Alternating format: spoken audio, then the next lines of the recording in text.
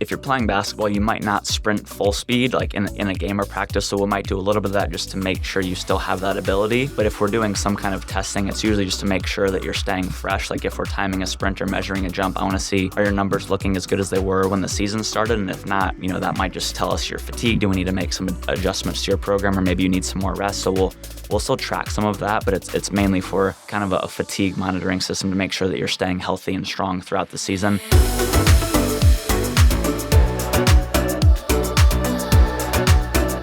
Welcome to Fitter Every Day, the show where we break fitness into bite-sized bits to help you become fitter every day.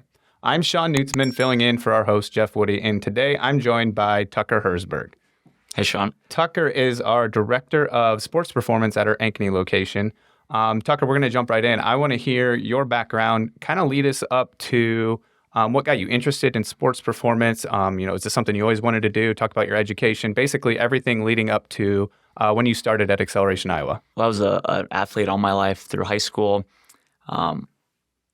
Played football for 1 year in college and just knew that helping athletes improve their speed, agility, strength, coaching at some level was something I just always enjoyed. I had great coaches growing up. So I knew I wanted to be in coaching at some level. Didn't know if that was going to be sports specific or, again, more on the strength and conditioning side of things. I ended up doing my undergraduate degree at Southwest Minnesota State, so I studied exercise science there. And as I kind of progressed through sophomore and junior year, decided that college strength conditioning was kind of where my passion was becoming. I had some friends who played sports there and just loved the way that coaches can help athletes drastically improve their bodies and their careers just by having a great coach from the strength conditioning standpoint. So I knew college was where I wanted to be at. As I was finishing my junior year, going into senior year, we had to complete an internship for our degree. And so I applied to probably 50 different what I thought was high-level college strength conditioning programs all across the country. I knew if I could go somewhere, outside of the Midwest just to experience a new place, a new program, that would be a great opportunity. So I ended up getting accepted to University of Maryland men's and women's basketball strength conditioning for the summer. Was just blown away by the technology, the assessments, the just kind of the program that they had as far as how they trained their athletes, and just really confirmed for me that college is where I wanted to be, or even just working with athletes for sure, help improve their bodies was where my passion was. So summer internship was great. I was supposed to go back to Southwest Minnesota State for one more year of classes, ended up doing that online so I could stay at Maryland for 2 more years, and just wanted to learn more, meet more people, make more connections. And it was just a great opportunity to continue my internship there. So you were still doing your internships. You had 2 full years with Maryland? I spent 2 years with Maryland, men's and women's basketball.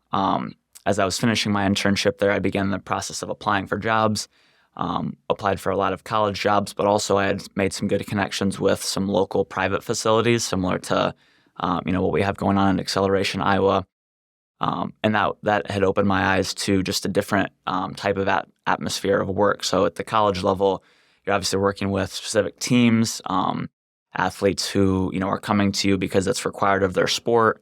And private facilities have people coming to you just on their own, and you just have a lot more flexibility with working with different age groups, different teams, people working on different sports. My eyes were opened a little bit more to, college wasn't the only career opportunity. Private facilities, I realized were just as great of an option.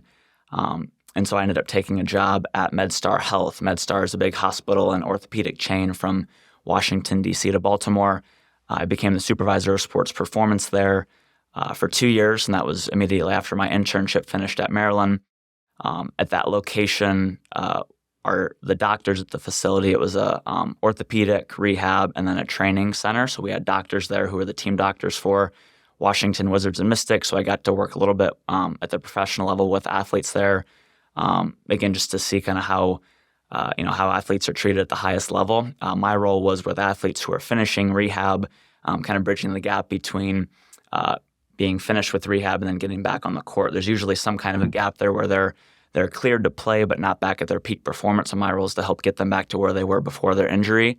And just working with physical therapists and orthopedic surgeons, and just kind of seeing how athletes go from surgery to rehab to peak performance, I think was just a great education for myself to see kind of what, all aspects of strength conditioning and athletic performance has to offer. And I knew working in a private facility was probably the route I wanted to go from there because, again, you can work with all ages of athletes. There's lots of flexibility as far as where you can work, not necessarily set in, this college has a job, so that's the only place I can work. You can really do this anywhere. So I knew the private route was a great opportunity, and that's kind of what led me to you guys. Nice. And so right after that, that's when you moved back to Iowa. Yep. So that was beginning of 2020.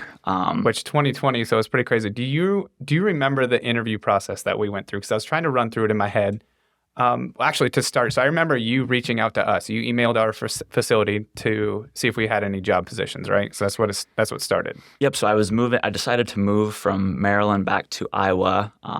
I, at the time, was engaged to my fiancée, Brooke, and we were getting married in May of 2020. So we decided we wanted to be in Iowa near our families. So I said, I feel like I have a great background. I'll move back and see what opportunities are available, and reached out to you guys. Yeah, so I remember. So it's kind of a crazy story because I've been at Acceleration Iowa since 2008, and there's maybe been 2 or 3 times where I've received an email for someone interested in a sports performance job, like a full-time position. And it just so happened, like the week that you emailed me was the first week that we've ever had a position available. Like I did all of the training. We had one other trainer. She had just let me know that, hey, I'm moving. So it's like I hadn't even posted the job yet. And it's like I already got this email. I'm like, it's too good to be true. Like this is not going to work out. But I remember you came into the facility right before lockdowns, right? Yeah. I think we sat down with you very briefly when we didn't know what was going on. And then we had a Zoom meeting with you and myself and Jeff, correct? Yep. Yeah. So like from my end, like I like to get to know my coaches. Like if we're going to hire someone, especially someone that's going to be the face of the program, someone that's going to be working with young, impressionable athletes, like I want to get to know this person. And COVID didn't really let that happen. Like we were locked out. So I remember going through like your resume, everything on paper looked good. Like you look like perfect candidate, but you still don't get to, I like to see someone coach and interact with athletes. And I didn't get that. So a couple things from my point of view, like I always go through candidates' social media stuff. So I remember looking at your Twitter feed, like I didn't know who you were yet, and you were posting stuff about like plyo progressions that basketball players can do at home during COVID when they're locked down. I remember that. I'm like, oh, that's cool.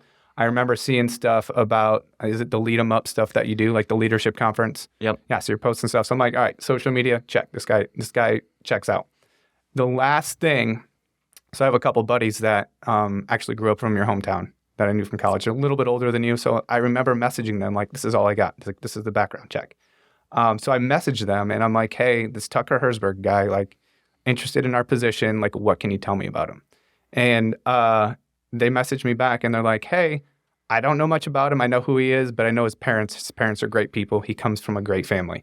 So I'm like, all right. So when you see your parents, be like, all right, thanks for everything. Yeah, because they really set me up. I'm not saying that got you the job, but I was stressed out about so much stuff at that time with, we don't know when we're going to open back up and everything with COVID. It's like, that helped me sleep at night knowing like, all right, we hired this guy, he's going to check out. And honestly, it worked out great. So like your first time with Acceleration Iowa then was right after, like we opened up right after COVID lockdowns, right? Yeah, I think middle of May we were allowed to open back up, and I think you and me had maybe met once or twice before that to kind of talk through, ideas for how we were going to reopen the program, and me trying to learn, what had worked for you guys in the past. But yeah, it was pretty much hit the ground running at that point. We actually, like, we used that COVID time, that lockdown time, so it was 4 or 5 weeks. Like, we basically just hit reset on our program. Like, we've been trying to do so many things with Acceleration Iowa where it used to be just sprint training and plyometrics and stuff like that. And we're trying to add a strength program, but some kids lift at school already. So we're trying to find out the logistics or figure out the logistics with that. So we used the lockdown, like we just hit reset and everything that we wanted to do. It's like, we were just going to build this program how we want it right now, and we're going to go. So I remember that. Why don't you talk about now, like the different tiers that we have with Acceleration Iowa? That's our sports performance program. Like, start with the younger kids, like 10, 12 years old. I have a 10-year-old daughter. Like, if she's going to walk into the door, like, what's a training session going to look like? What are your goals for her? How many kids are there? Tell me more about the details of that type of program. Yeah, like you said, we have different age ranges. So you run the rookies program, which is, our very young kids. Then we have our Acceleration Iowa program, which is usually 10 to 12 or 10 to 13 years old.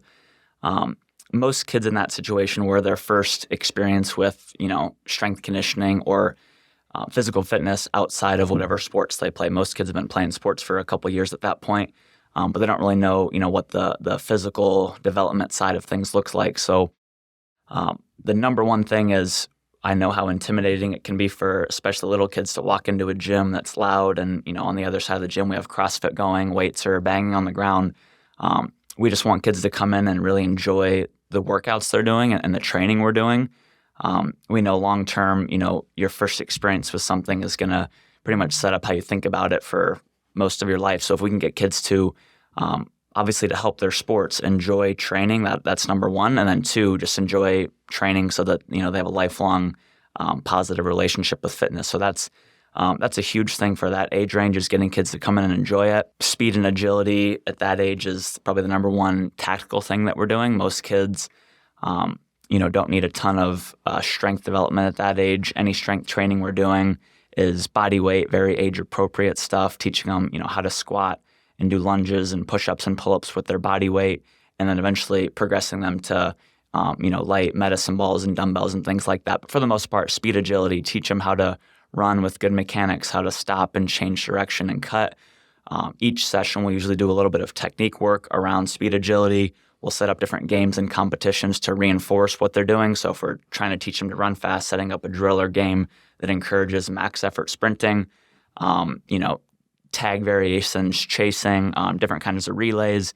We'll get our laser timing system out for fun and have kids time sprints, just things to get them to enjoy what they're doing, but also to compete and work hard, and hopefully improve speed and set the foundation for when they're older. They know exactly what they need to do from a training standpoint. Yeah, I love it. And I think so. My favorite thing about like that age range, like that class is at 4:30 p.m. right now, and there's CrossFit on the other side of the gym at the same time, like you said. My favorite thing is watching, like, you do really good with your warm-ups. Like, you have really engaging warm-ups where they're chasing someone, they're throwing balls, they're jumping over hurdles, they're screaming, they're yelling, they're competing. So you watch that on one side of the gym.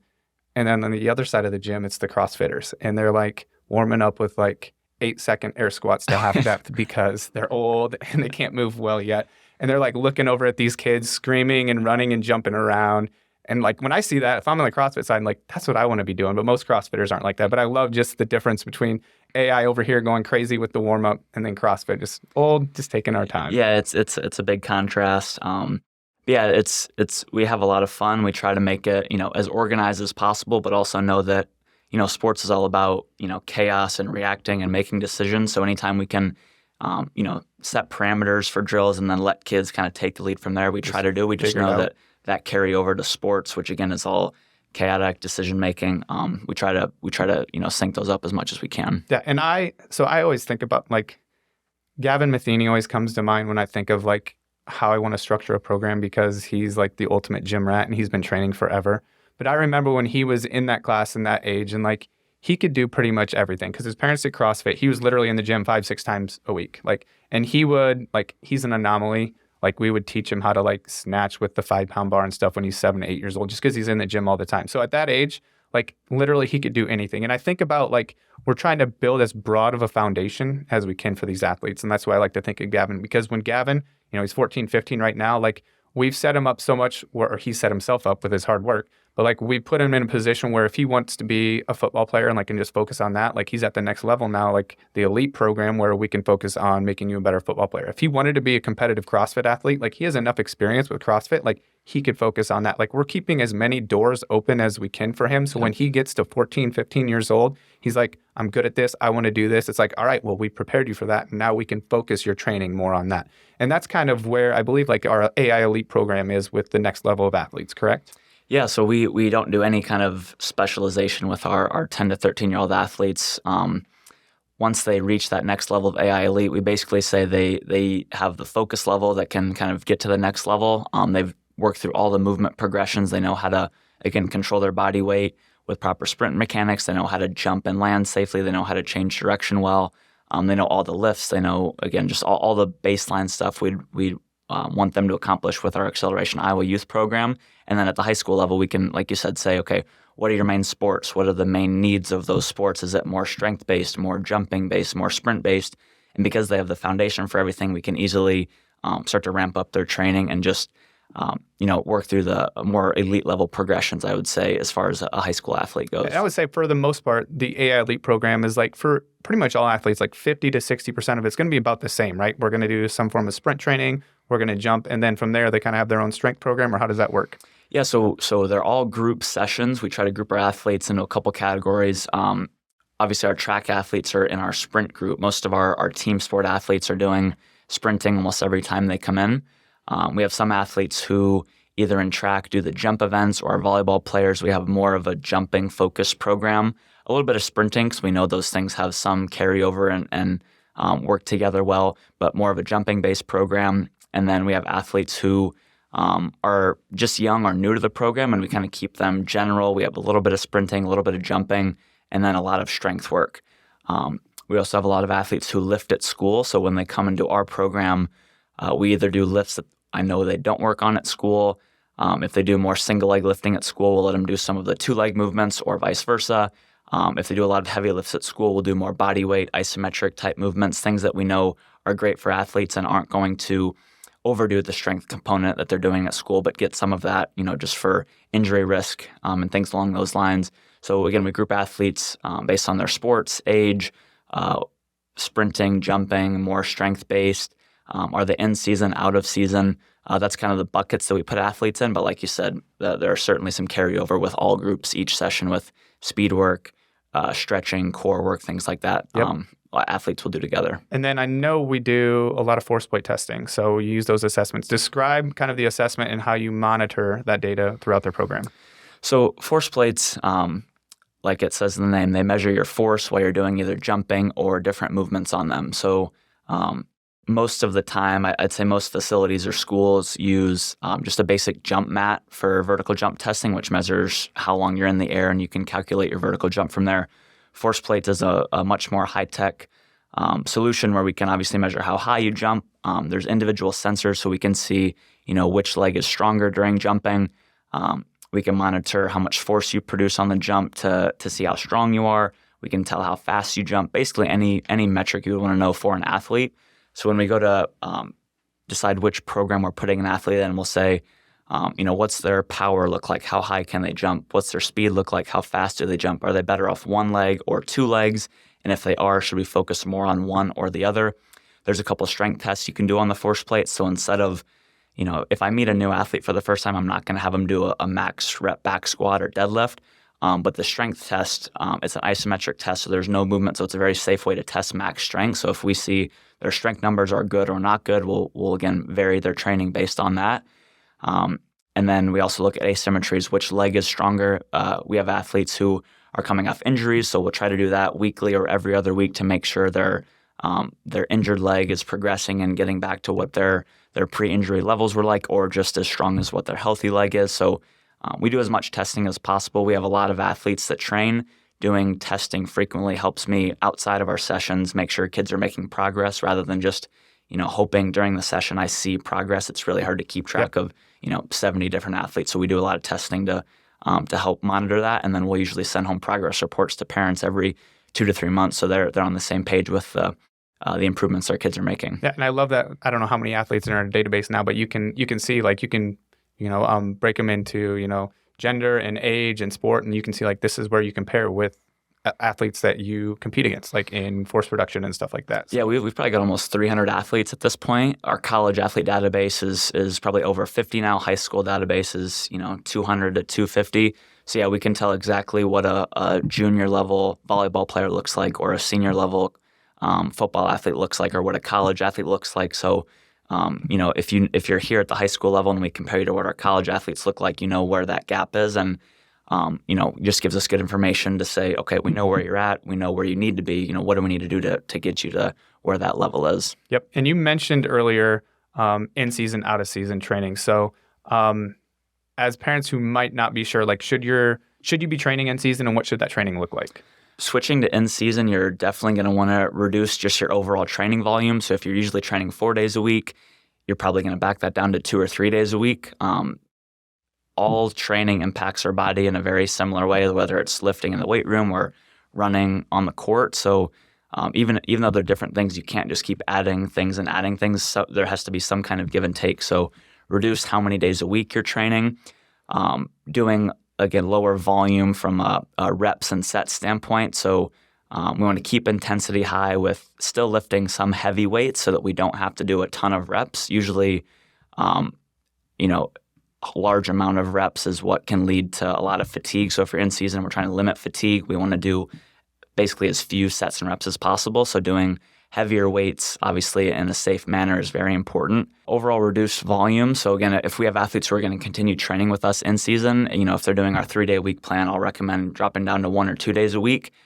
We usually do our sprinting and jumping a little bit less as well, and maybe ramp up strength training more. We know, if you're playing basketball, for example, or soccer, you're getting a ton of sprinting and jumping, during practices and games. So we don't need to do a ton of that in the off season, or in season while you're training with us. So we'll do a little bit more strength work. Again, That's one thing I hear from a lot of parents all the time, because they'll have like basketball players or volleyball players, and they think, oh, I just need to come in and jump and jump and jump. It's like, no, like you jump all the time in your sport. Like we're going to come in and we're going to do strength training. Like that's going to help. Like we'll do some jumping, but it's going to be very low volume, very high quality jumps.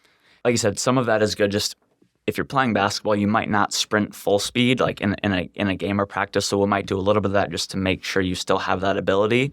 But if we're doing some kind of testing, it's usually just to make sure that you're staying fresh. Like if we're timing a sprint or measuring a jump, I want to see, are your numbers looking as good as they were when the season started? And if not, that might just tell us you're fatigued. Do we need to make some adjustments to your program, or maybe you need some more rest? So we'll still track some of that, but it's mainly for kind of a fatigue monitoring system to make sure that you're staying healthy and strong throughout the season.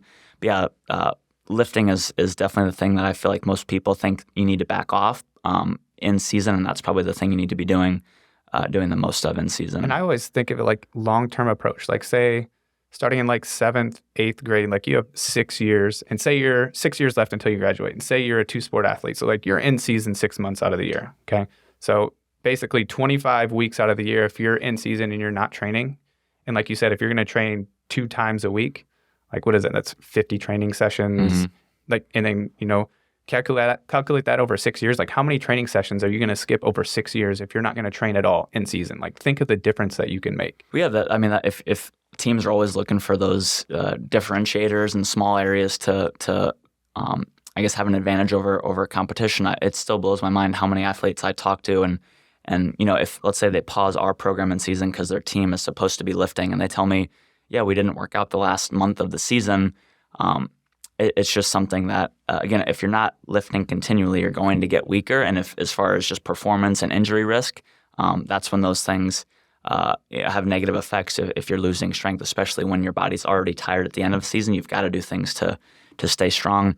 And like you mentioned, most athletes play 2, 3, maybe even 4 sports, so that's year round. If you're worried about not lifting in season year round, like you said, that there's not really a good time to do it. Yeah. So you've got to do it in season. And when you're at the college level, I promise you're going to be lifting in season. So if that's your goal, you might as well build up that muscle while you're in high school. And honestly, like even anymore, like you're always even if you play one sport, like you're going to play club sports and everything else, like you're always going to be right. You're always like looking, making changes and adjustments. If you have a really busy schedule, you might even do 1 day a week, but that's a lot better than missing, an entire month. So you always want to find ways to adjust. And if your athletes are tired, certainly have some leeway to, maybe give them a lighter session or 2 each week, but you just have to make the commitment to it, and it can be a certain differentiator because most programs don't continue it during their whole season. Yeah, great explanation. So, kind of the last thing I want to talk about here, because I get this question a lot with parents.